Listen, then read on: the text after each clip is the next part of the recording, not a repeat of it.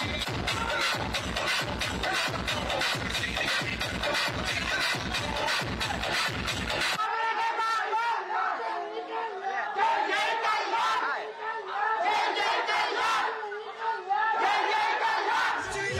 అండి అందరికి. ఈ రోజు పవన్ కళ్యాణ్ గారు సృష్టించిన ప్రపంచం అంతా ఇంత కాదు. దాని అంతటికి కారణం ప్రతి ఒక్కరి సహాయం, ప్రతి ఒక్కరి కష్టం ఉంది. ఈ రోజు ఇంత ఆనందంగా ఉన్నామంటే మేజర్ గా పవన్ కళ్యాణ్ సార్కి థ్యాంక్స్ చెప్పుకోవాలి. అందరూ ఎన్ని సీట్లు అనుకున్నా మాకు అనవసరం. మేము మాత్రం 21/21 2/2 మాత్రం కన్ఫర్మ్ అనుకుంటున్నాం. ఇది మాత్రం పక్కా.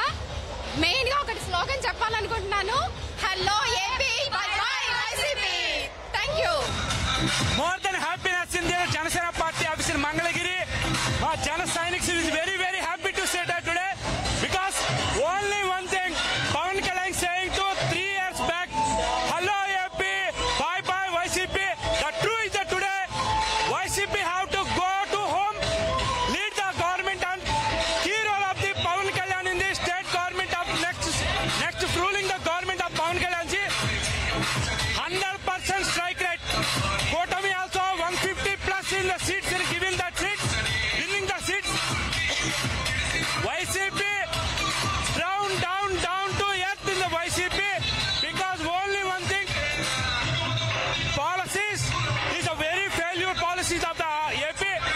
Land, mining, money, and also development not in the only for AP. There are only for the rule Hitler policy rule the AP government. Only one person that the Pawan Kalyan also say to challenge in YCP. Jagan Mohan Reddy also. The two in the today, Pawan Kalyan is the only one king of the Andhra. Like, we are winning with the huge count. NDA is winning with a huge count. Like Pawan Kalyan garu said that YCP is losing big. Yeah, thank you. ఎందుకనంటే ఒక రాక్షస పాలన నుంచి మన శ్రీకృష్ణులాగా కంసుని సంహరించినట్టు శ్రీ పవన్ కళ్యాణ్ గారు ఈ విజయాన్ని సాధించారు. ఈయన ఇప్పుడు నేషనల్ ఫిగర్. సీఎం ఎవరైనప్పటికీ ఈయనే నేషనల్ ఫిగర్. ఈయన్ని కొట్టిన వాళ్ళు రారు. ఈ విజయం 2029 వరకు సాగాలి.